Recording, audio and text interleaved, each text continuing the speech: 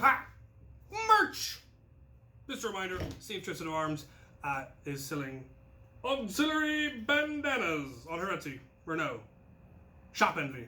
Links down in the description. Anyway, all of my silly hats have already been packed, so you'll just have to wait until I actually get to the Makerspace and start filming there. Anyway, let's get to some questions. WBZ and End War are next month. They're the next two big events that I will be at. I will be bringing patches. We should, I think obviously I'll have a table at FoamCon for the auxiliary that anyone's welcome to come by and chat and talk and show off their loadouts and all of that. Meet me, meet the crew. It'll be lovely. I think there's also something similar at WVZ. I need to check the schedule on that one. But those should both be a lot of fun. Gonna be absolutely exhausting, and then I should be done with events for a little while. Well, I will finally have time to actually get fully moved, because after that I will have about a month left before I have to be completely out of this place. So hopefully we'll have most of the remodeling on the house done so that I can actually transition over there and live there while I build the Makerspace. One way or the other, by July 24th I will be moved out of here. So luckily there is the detached studio office there. I could pitch a tent in the yard if I really needed to. So yeah, that's going to be fun. Looking forward to it. Makerspace is going to be fantastic. Let's get to some questions. Air Song. Would you rather be an ARC clone trooper or a clone commando? ARC trooper, definitely. Are you happy with how Episode 9 Rise of Skywalker looks? Yes, because it's Star Wars. It really wouldn't matter how it looked. I'm going to love it. The fact that they got Billy D. Williams back as Lando Calrissian, that's all I needed. I'm good. Whatever happens after that is just going to be pure gravy, quite frankly. And I'm really interested to see how they decide to wrap up this story, because there's a lot of ways it could go, and some of them I would really like, and others I would probably like, that's kind of a bummer. But one way or the other, it is the story, so I will enjoy it, and I will analyze it as I would any other story. So I'm looking forward to it. Zach Last. What would be a loadout using $200 only? Oh, you're going to have to give me more to work with than that, Zach. There are literally an infinite number of loadouts you could get for under $200. I mean, you could go to Walmart and buy a Jolt, and it would be under $200 and would be a loadout.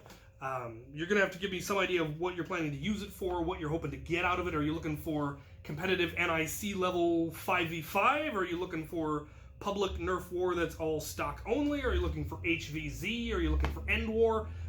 All of those are going to massively alter what kind of a loadout you could go for, but $200 budget, there are a lot of things you can do with $200. But it really is going to depend on what you're going for. I mean, for competitive stuff, you could get a worker Caliburn for that much. It'll hit 245 out of the box, and you're good to go for just about any 5v5 thing. I don't even know if they allow that high. You might have to downgrade the spring. But I mean, any number of HVZ loadouts. I mean, you can get 2 hammer shots and an alpha trooper and have a great HVZ loadout for less than that. So yeah, there's lots of ways you can go with that. Abigail O'Sharkey. Will you start filming your videos in the Makerspace? I will, once I actually move there. The vast majority, most of my stuff is there now. I do still have all of my tools here and a couple of projects that I'm still working on, but the vast majority of my stuff has already moved, and so there are some videos that I really can't do here now, and there are some videos that I couldn't do there. I do have power there now, so I could technically film. But there is going to be a period there for probably at least a month, maybe 2 months, where I don't have anywhere to film because my stuff isn't set up there and my stuff is gone from here. This workbench will go intact. Probably end up having to take it out the garage door and load it into the trailer so that I can get it set up and at least film some stuff from there until I get my new workbench and all of the Makerspace workbenches built. But it's going to be a lot of fun. Will the Makerspace become the new Lego room? No, there is going to be a dedicated place in the house that is going to be the Lego room. Nerf is going to be out of the house. There will be no Nerf in the house. There will be no Lego in the shop. I'm trying to divide my hobbies up and have them compartmentalized so they don't keep overlapping like they do here, which is maddening, but we'll see how well that works out in the end. Danse Macabre. I love it. Have you ever read any of Simon Scarrow's Eagle series or the Hereward series by James Wilde? I have not. I've never even heard of them. Feel free to send me book one of both. Somebody. Anybody. I'd love to start them. Silly Jonester, do you still do commissions? Technically, but I'm not currently accepting commissions. I still have backlog from like last August that I haven't finished, which is unacceptable. But life went and got crazy for me. And then with the move in the makerspace, obviously I'm not going to have any time until at least the winter, when things will hopefully settle down. I'd like to. I loved doing commissions when I had the time, and then my job actually started being a job, and my channel went and exploded, and finding time has just been impossible. So, Topaz the Bloxian. I like it. Do you need a broken elite hyperfire by any chance? Need? Need has nothing to do with it. I would love a broken hyperfire. If you happen to have one you're just desperate to get rid of, you can go ahead and send it my way, and I will fix it and do terrible things with it. Commander Dante. Do you know the Muffin Man? I actually do not personally know any professional bakers or patisseries. Patisseries? What is someone who operates a patisserie? Probably just a baker. Anyway, no. Monkeybon 0490. How rare is an N-Strike yellow Alpha Trooper? It came with the 18-round drum magazine and the yellow Raider barricade stock. The yellow Alpha Trooper is arguably probably a little more rare than regular N-Strike blasters because it was a Toys R Us exclusive. But being rare doesn't necessarily make it valuable because they're very difficult to modify because being old N-Strike, they're reverse plunger. Now, the 18-round drum, while again less rare because it came with the Alpha Trooper, and they did also sell it separately in just a pack that came with the drum. For a very short amount of time. So they're not as rare, but they're still useful because they're compatible with all modern blasters and take up a lot less space. So they're very, very nice. That yellow barricade stock, the Raider style barricade stock, that is the gold mine because that only came with a very rare barricade bonus pack. And most people didn't even know they existed. I didn't know they existed until recently, and I figured someone had just painted them. Turns out, nope, they exist. And they are extremely rare. So of all the things you acquired, that was the one that was the most valuable. Builder BB, what are your on-the-go travel snacks? This has come up because I've been traveling a lot more. Generally, once I get into the concourse, I will acquire some string cheese, some chips of some kind, usually Cheetos, possibly some jerky, and either water, Powerade, and orange soda, because they usually don't have Powerade or orange soda on the in-flight drink, and I really like both of those. I need to start remembering to bring up my own straw, because I like having a straw and they usually don't have them, but those are my usual snacks. I will occasionally also try to acquire almond M&Ms. I really like those. Leprechaun! So many great names this time. What is your opinion on Lego compatible bricks? I have no problem with non-Lego bricks. I am not what I refer to as a brick bigot. If they are compatible, then peachy. The problem is they tend to be a lot poorer quality, and it shows, but in some areas that actually works out well. Like when you're building a castle wall, and you've got slightly different shades of gray, it actually adds to the aesthetic. It adds more definition and more variety, and so that can be a good place for that. There's also a great many weapons that you don't see in Lego that you see in like Brick Arms or the various other third-party weapon companies. And then there's some of the really off-brand, like Leprechaun, which is, that's actually full-on counterfeit and is, shifty and not cool. And then you have ones like Enlighten, where the kits themselves are not counterfeits. They're unique sets that they've designed with their own stuff, but the brick quality and style is so similar, I can almost not tell the difference if I don't actually look at the top of the studs. So If they work, they work, as far as I'm concerned. Have you built or tried to build a great ball contraption module? I haven't. I've seen some absolutely amazing ones. I saw some at BritCon up in Seattle, and I've seen loads of them on the internet, but I've never gone to an event as somebody who was presenting. I wanted to take my castle to BritCon, but wasn't able to, and now I'm going to be even further away, and where my Legos are going to be, moving them is going to be much more problematic than it is now. But if I ever end up attending one of those events where I actually bring my castle, I will probably try to build a great ball contraption to go, because they always have one. And they're always willing to just let you plunk it in as long as yours meets the standards. So, yeah, I'd like to someday. Definitely. Ha ha! Direct hit. Scott Nichols. Will your new place have room for more Lego? Maybe to expand the castle? Yes, and at the same time, I'm not sure. It's definitely a lot more room than I currently have, but it's a very irregular shaped area.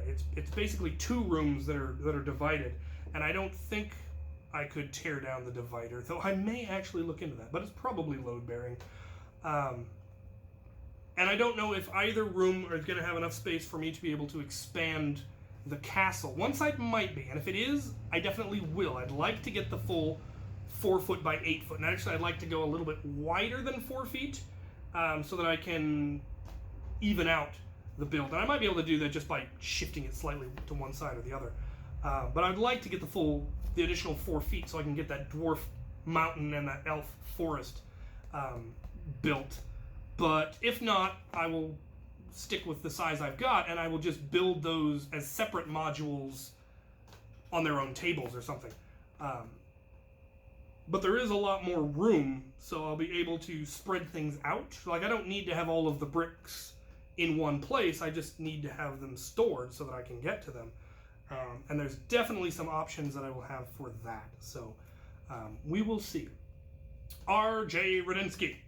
Are there going to be updates here or on Instagram on the Makerspace progress? Yes. Once I actually get it to a point where I'm willing to show where it is, I will definitely be showing updates, and I'll probably have try to remember to do before and after stuff, because I'm horrible at ever remembering to do that. But I will probably show a picture on my Instagram of the absolute chaos that it currently is, because it's just got everything piled in the shop. And then once I get the shipping container and can start building the shelving and moving it all out, I will show the shipping container empty, the shelves built and empty, and then start filling in all of the shelves and show how that empties out the shop. A lot of what's in the shop is also stuff that will eventually be going into the house or other places. It's just all getting staged there for now because it was the most convenient place to just stick it all. It's secure, it was easy to back the trailer up to, and all of that. And then as I slowly move into the house and slowly organize out of the shop, all of that will be at show. But yes, I will definitely keep you guys apprised of how it's going and what I'm using all the money for that has been given and all of that. Next question, do you think that you will ever go for a Spring Thunder? Yes, I do eventually want one. They're a really neat platform. Not quite as powerful or as reliable as I think I would like for something I was going to seriously use, but I've seen them in action and they're just neat. And I really, really like the concept of them. So I'm definitely going to get one eventually, or make one. Amos Novazad. Why don't you hang out with Drac? Well, I do whenever we're in the same place. We live 2,700 miles apart. I'm in Washington and he's in Georgia. It's about as far apart as we can get. But I'm seeing him more and more often since we keep going to all the same events. So, I saw him at Project My Neighborhood. I will see him at End War, though he'll probably be way too busy to hang out with a plebeian like myself. But, yeah, other than that, distance. Ryan Perkins. Could you make a video showing off your medieval recreation armor loadouts? Well, yes, obviously I could. And I am actually planning to put my armor on display in my house, in what will be my study. It's going to be all bookcases and comfy chairs and suits of armor and weapons. And so I'll show them off once I get them set up. All of my weapons are back in the truck back in Idaho because occasionally people still use them. So I may just make new weapons or buy some fancy weapons to put on display. Some really nice halberds, or maybe I will finally buy a bastard sword because I don't actually own one, despite my character and my armor being from the period that the German longswords and bastard swords were favored. Once everything is set up, what's your plan for people visiting the Makerspace? So that is something that I'm really going to need to actually sit down and think about. I am not sure how exactly I'm going to set it up, whether I'll set it up as an LLC or try to set it up as a 501c3. One way or the other, I will need to have some sort of an official organization that I can then do the insurance through and the tax through and all of that. And at that point, it will become available for anybody I personally know, any of our local nerfers that I've personally met and have seen mod. It'll always be available to them anytime I am home. So if they have, end up with a Tuesday morning free, they're welcome to come by and use it. Anybody that I don't know personally and I'm not comfortable with using the space by themselves, it'll be available after 4 when I'm available. So if I don't have any other plans, you can always contact me and say, hey, I would like to come by and work on this thing. And if I'm available, I'll supervise. As far as big events, once I have the whole company thing set up and can have the insurance to be able to run large events, I will be making it available to larger groups. So all of the folks from Afterworlds, if they want to come up and do a big weekend of as many people coming up to work on weapons and blasters and whatever. Or I will probably contact the local schools and look at after-school programs that might want to use the Makerspace, or school clubs that might actually have a use for a Makerspace, scout troops, things like that. And then once I get the place set up to be able to host the Nerf events, have the actual battlefield set up, it'll be available to things like birthday parties and company parties, and obviously our monthly Nerf wars. I will probably also host a during the week Nerf war, either once a week or every other week or once a month, or however my schedule ends up fitting it, just for the local kids to be able to come and use the space. So it'll always be available, but most of the time it'll be by appointment. So it's not just going to be anybody can show up whenever, because obviously the place is going to be secured and I'm going to need to be there. But the space itself will always be free. I will never charge anyone to come use it. Donations are obviously always considered perfectly acceptable, and offerings in the form of root beer and string cheese are always appreciated, but never required.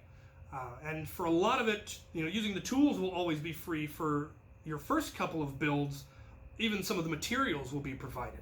Once you've done a mod or two yourself and are comfortable with it, then I'll probably say, okay, you need to start buying your own parts. Here's the best places. Out of Darts is an hour down the road. I can have the stuff here the next day probably. Foam Blast has a lot of stuff. Silver Fox Industries is now carrying a lot of stuff, as well as custom stuff. And so the Makerspace will be to help you get started in the hobby, as opposed to providing everything for you forever. But that's kind of how it'll work. You just have to get a hold of me, and we will try to schedule it. And finally, what did I think of Endgame, Avengers Endgame? I loved it. I thought it was fantastic. You should all go see it. And someday I look forward to having deep conversations about, with people who have seen it that are, risking spoiling, about what I thought about some of the things that were like, that was kind of weird, or this was absolutely awesome, and that sort of thing. I'm looking forward to that. Jackal Nerf. Do you have a personal lightsaber hilt? I do. I was recently given a fantastic Saber Forge lightsaber by a member of the auxiliary, and I'm looking forward to running amok with it at some point.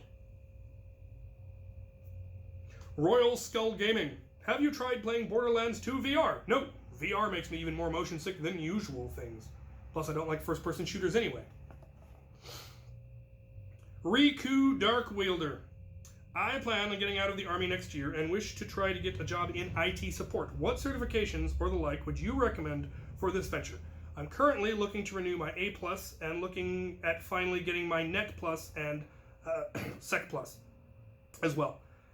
Those would pretty much cover it.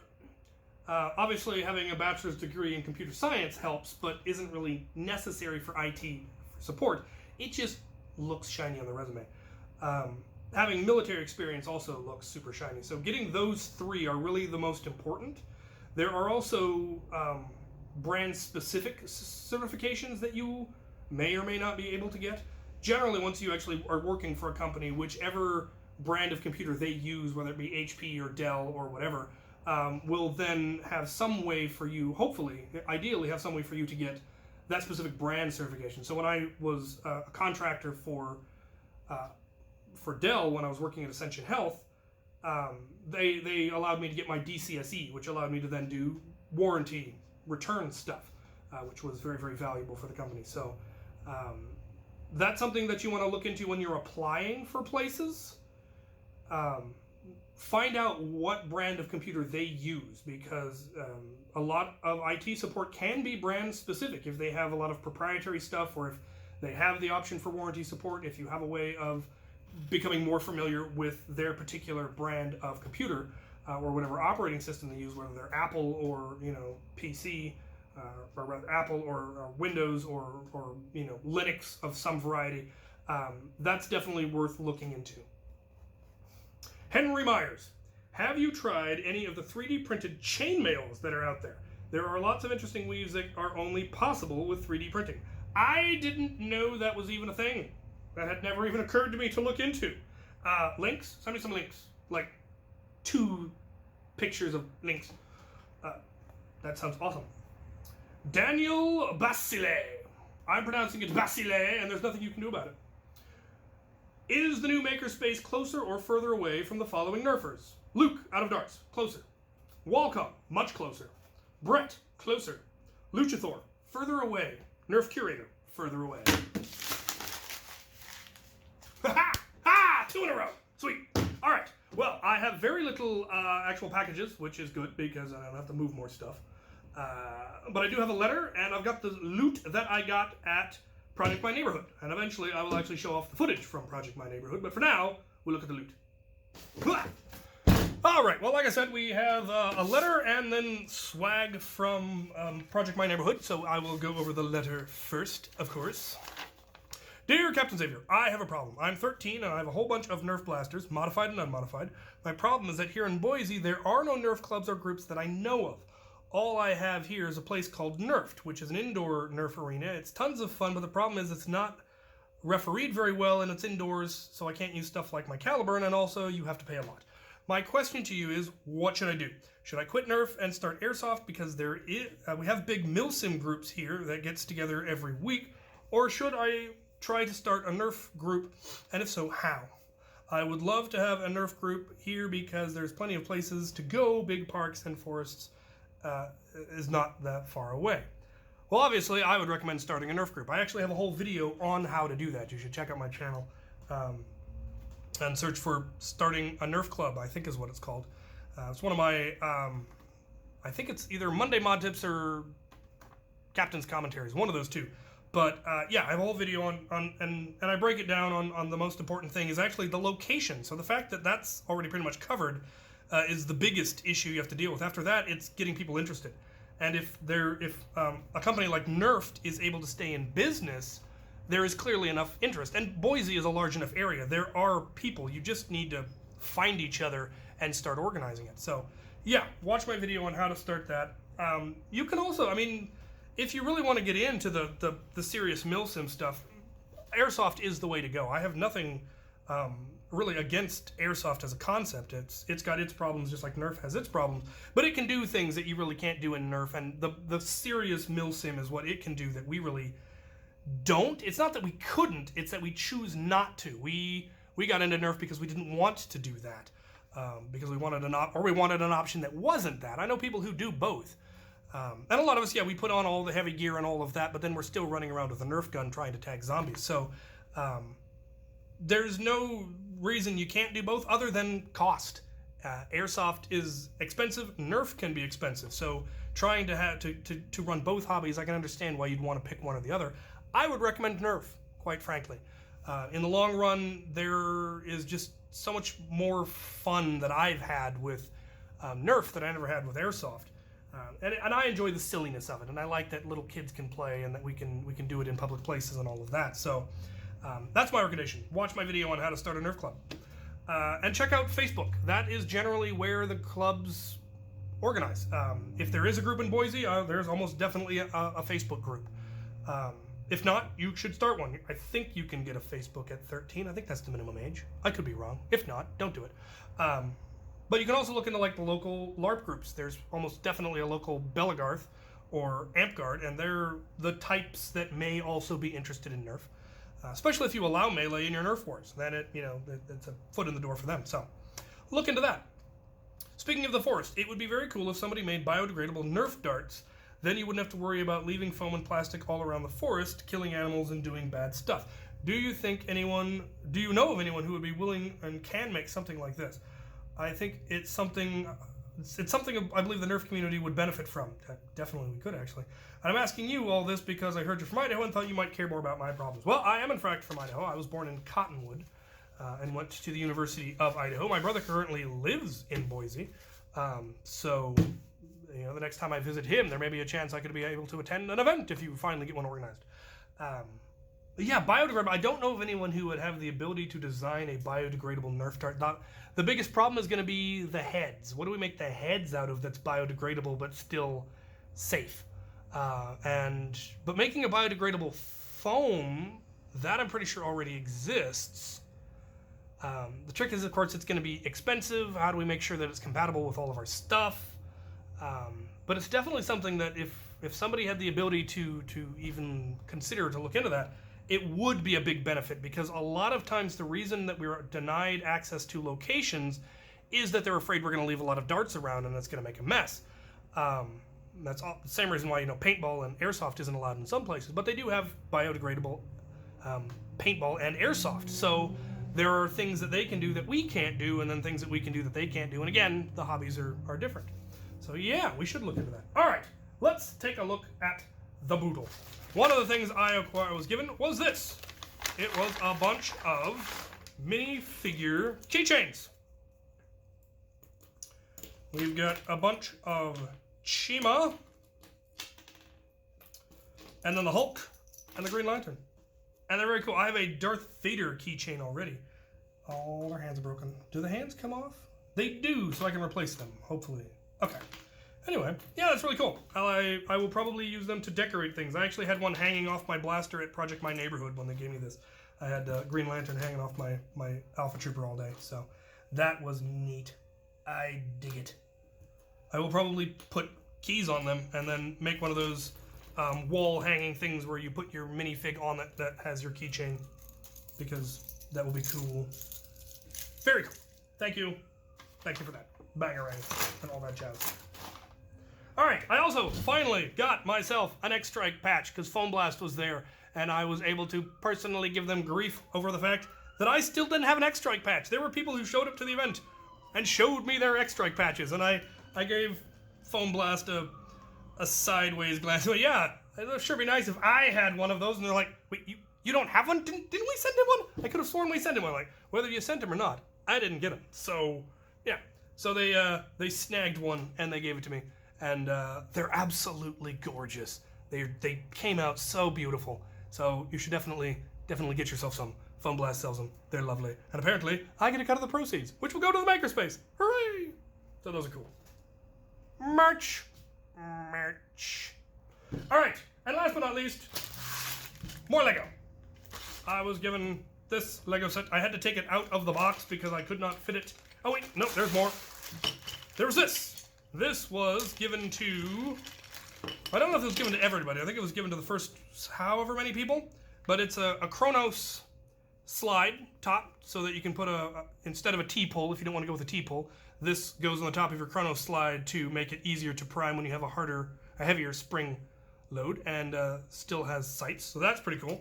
They also had a world record attempt. They did not, in fact, break the world record. Didn't even come close. But Project My Neighborhood 3D printed coin, which is cool. And it came with Velcro, so you can make a patch out of it. I have disc Velcro that I will put on there, and I will indeed wear it proudly as a patch. And I will put this on a Kronos. Very cool. Came with the bolts and everything. Very, very cool. The fact that you can easily do things like this with 3D printing is one of the coolest things about it. So, now we'll take a look at this set. And I'm going to go ahead and build it right now, because otherwise I will never get around to it, because my build log, the backlog of sets I need to build, has gotten ridiculous. One of the things I look forward to when I get my new space and I get the Lego room set up is building the massive bin full of sets that I've gotten behind on and decorating with them. All right.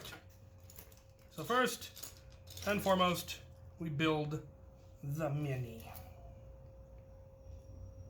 Oh, I like his suit. That is a really cool suit. It's all black and grays and browns, a really dark brown. I like it.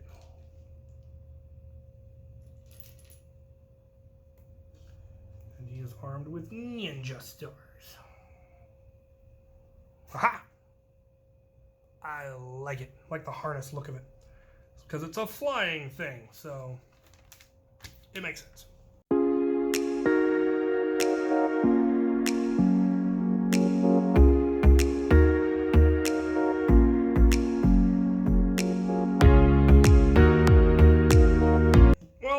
Then. So it's your standard helicopter-y fly, pull the zip cord thing, but with the addition of wings.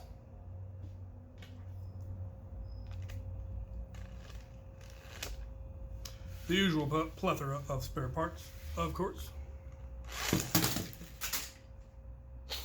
I am not impressed.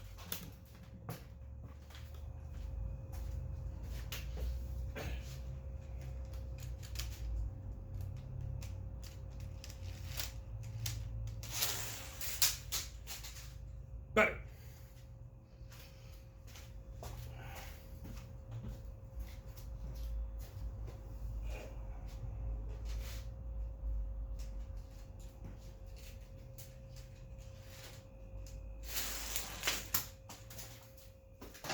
It kinda glides.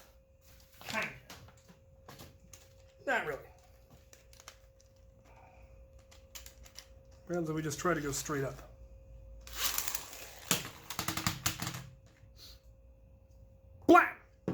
Had to put it out of its misery.